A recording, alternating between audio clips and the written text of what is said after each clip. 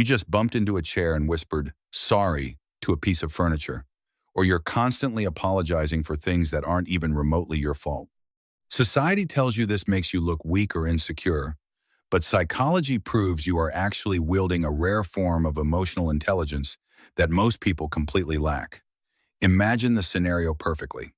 You are walking down the hallway, someone bumps into you, and before you even process what happened, the word sorry falls out of your mouth. You apologize to the barista for ordering a coffee, you apologize to your boss for asking a necessary question, and you probably apologize for apologizing too much. People around you might roll their eyes or tell you to be more confident, treating your habit like a personality flaw that desperately needs fixing. But what if this automatic reflex is not a sign of a fragile ego, but rather a fascinating symptom of a highly advanced, beautifully complex cognitive architecture? Today, we are going to investigate the hidden psychology of the chronic apologizer. We are going to uncover the invisible emotional radar scanning the room directly behind your eyes and explore exactly why your habit of over-apologizing is actually your brain playing four-dimensional social chess to masterfully neutralize conflict. Chapter 1. The Emotional Radar. To truly understand why you say sorry for absolutely everything, we have to look at what physically happens inside your brain when you enter a room. For the average person, a social environment is just a basic exchange of everyday information. But for you, a room represents a complex emotional ecosystem that instantly requires an enormous amount of mental processing. When you walk in, your working memory does not just casually register the people. It immediately starts juggling multiple, complex variables simultaneously. You are analyzing micro-expressions, predicting moods, and desperately trying to understand the invisible tension hiding behind casual posture.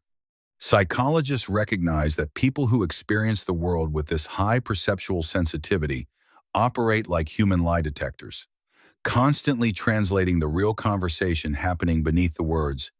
Because your brain processes these social cues on such an intense and amplified level, your nervous system basically acts like an emotional Wi-Fi router. You do not just observe emotions, you download them.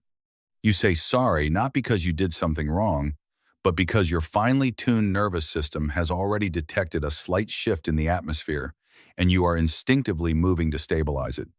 Your apology is a highly sophisticated tool to manage the emotional temperature of the room before it ever reaches a boiling point. Chapter 2. The Evolutionary Peacemaker. Have you ever wondered why the instinct to take the blame feels so incredibly automatic, almost like a reflex you cannot control? Let us look deep into the specific neural machinery and evolutionary biology that is directly responsible for this exhausting phenomenon. Throughout history, human survival depended entirely on belonging to the tribe, meaning conflict often led to isolation, and isolation meant danger. While some ancestors survived by being the strongest or the loudest, others survived by being the most observant. They were the ones who noticed the tiny shifts in tribal dynamics, the ones who stepped in to neutralize tension before it fractured the group. Your brain is utilizing this exact same evolutionary brilliance today. When you apologize for someone else bumping into you, your nervous system is executing a brilliant subconscious strategy to achieve absolute safety. You are rapidly disarming potential threats by instantly lowering your own status in the interaction. It is an evolutionary radar system designed to completely bypass confrontation. You are essentially playing four-dimensional social chess, neutralizing conflict so quickly and efficiently that the other person does not even realize a psychological negotiation just took place. Did you ever notice how you can physically feel the heavy unspoken tension when two people in a room are upset with each other, even if they haven't said a single word? Chapter 3. The Burden of Hypervigilance. While this highly active emotional radar is undoubtedly a remarkable cognitive tool, it undeniably comes with a severe emotional cost in the real world. This brings us directly to the anatomy of why you feel so fundamentally exhausted at the end of a normal day. Cognitive psychologists and trauma researchers perfectly describe this trap as hypervigilance. For many chronic apologizers, this pattern did not just magically appear in adulthood, it was actively forged during childhood. Perhaps you grew up in an unpredictable environment where moods shifted without warning, forcing you to become the family peacemaker to keep everything smooth. Your young, developing brain learned a very logical survival strategy. Anticipate everything and take the blame early to keep the peace.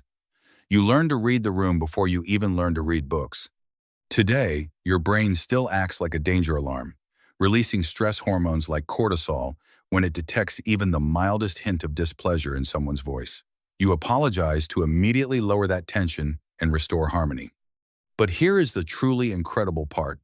You are absorbing everyone else's emotional stress, anxiety, and chaos, like some kind of emotional sponge nobody asked to be.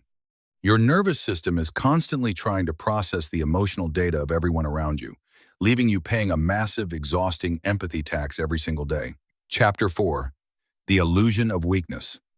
When we deeply examine the real-world impact of this specific behavior, we immediately see a tragic and unfair disconnect between how you actually feel and how modern society aggressively perceives you.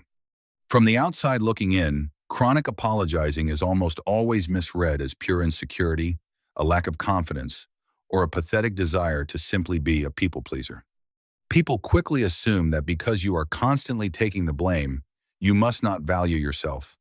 But empirical psychology tells a drastically, wonderfully different story.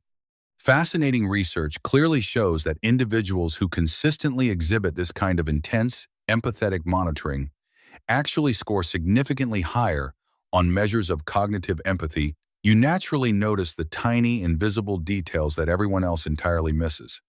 You possess the remarkable ability to deeply understand and accurately anticipate how others might think or feel. You are not apologizing because you are weak. You are apologizing because you are highly attuned to the comfort of others. You are actively performing invisible emotional labor to ensure that everyone feels safe, validated, and comfortable in your presence. Society wrongly labels this as fragility, failing entirely to recognize the massive psychological strength it takes to constantly prioritize collective harmony over your own personal ego. Chapter 5. The Authentic Rebel. This leads us directly to an unexpected and deeply controversial insight regarding modern social dynamics.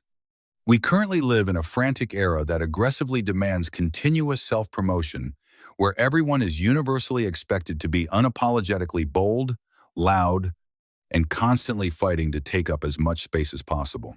Modern culture has weaponized the concept of confidence, tragically turning genuine human interaction into a stressful, performative race for dominance.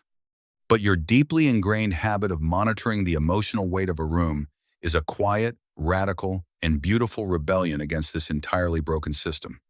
By consistently refusing to play the exhausting game of ego-driven dominance, you are unconsciously refusing to participate in a culture that values power over connection. Chapter 6. The Power of the Peacemaker. It is finally time to completely and utterly rewrite the toxic narrative you have been painfully holding on to in the dark for all these years. You are not weak, you are not overly insecure, and you are certainly not broken. You are simply bravely navigating an incredibly fast-paced, surface-level world with a brain that is flawlessly engineered for extreme, unprecedented emotional depth. Your mind operates as an astonishingly high-performance radar system, experiencing the raw beauty and staggering complexity of human connection with a richness and vibrancy that most people will simply never be able to comprehend. The apology that slips out when you bump into a table is just undeniable proof of how desperately and deeply you are wired to maintain peace and harmony. But you must immediately stop punishing yourself for honoring the natural, beautiful rhythm of your own highly sensitive nervous system. The very next time someone tells you to stop apologizing so much, do not let that heavy shame spiral violently pull you under. Take a slow, deep breath and gently remind yourself that your reflex is absolutely not an act of submission, but a breathtaking reflection of the profound, invisible emotional labor your mind is quietly executing in the background. You are wonderfully allowed to take up space. You are completely allowed to rest, and you are fully allowed to exist entirely without apology. Your constant apologies are not a tragic symptom of modern insecurity. They are the ultimate, undeniable proof that you possess the rarest kind of strength, the superpower of the ultimate peacemaker. If you found this interesting, make sure to subscribe for more deep dives like this.